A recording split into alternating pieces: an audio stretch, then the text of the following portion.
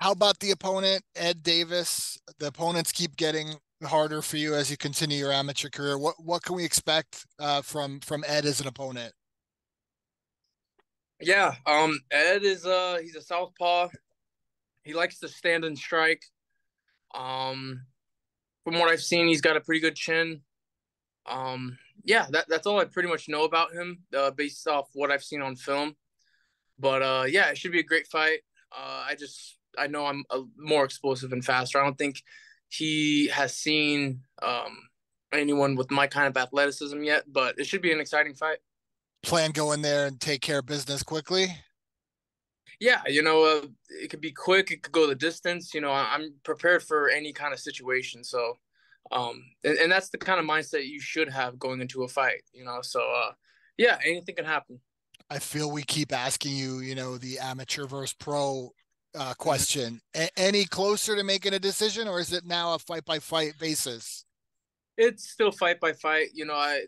God willing, I come out of this fight injury free. I'd like to squeeze in another one by the end of the year before the year wraps up.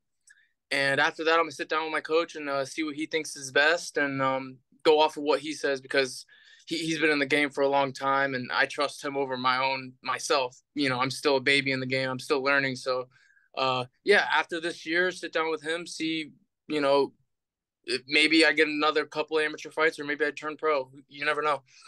Back in Madison Square Garden, do you think your grandpa looks down and is so proud to see you, fight in the world's most famous arena where, he did so much, made so much history there? 100%. I mean, my grandpa, he fought there, I think twice. My aunt fought there, my brother fought there, and this will be my second time fighting there. We kind of have a family lineage. There's four different generations, or three different generations of Ali's that have fought at Madison Square Garden. So I'm honored that the PFL even gave me a shot, period. And I'm honored to even fight at Madison Square Garden. It's a big privilege to be able to get that kind of exposure and fight on that kind of stage. It's unheard of to be doing that as an amateur. So yeah, it's just I feel like just the stars are aligning and everything's kind of lining up to my future and my career. The PFL is so heavily invested in you, and they keep bringing in all these the star power. I saw Savannah Marshall just signed, Clarissa Shields re-signed, obviously Francis Ngannou, Jake Paul. What Mm-hmm. about being part of a company on such a rise these days? I think it's great. Again, I think the stars are aligning. I think the PFL is coming up. I love what they do. They treat their fighters really well, financially, um, and not financially. They take care of their fighters, and it's just really good to see a company that really cares about the fighters come on the up. So yeah, it's really awesome.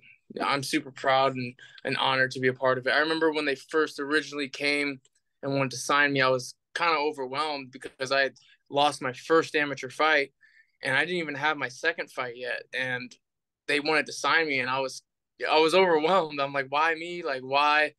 I'm 0-1. Um, but before I announced me signing, I had a fight in Utah, and it was my first win. So when I signed with the PFL, I was 1-1, and it's just been good ever since. Mention one of the guys who's in the PFL now, Francis Ngannou, has an enormous boxing fight coming up with Tyson Fury. Mike Tyson helping train him up. Would Mm-hmm. would Grandpa get a kick out of this? What would his reaction be to seeing the pound for pound, greatest MMA heavyweight taking on the pound for pound greatest boxing heavyweight? I think he would love it. I think he would be very supportive. Him and Mike were very close.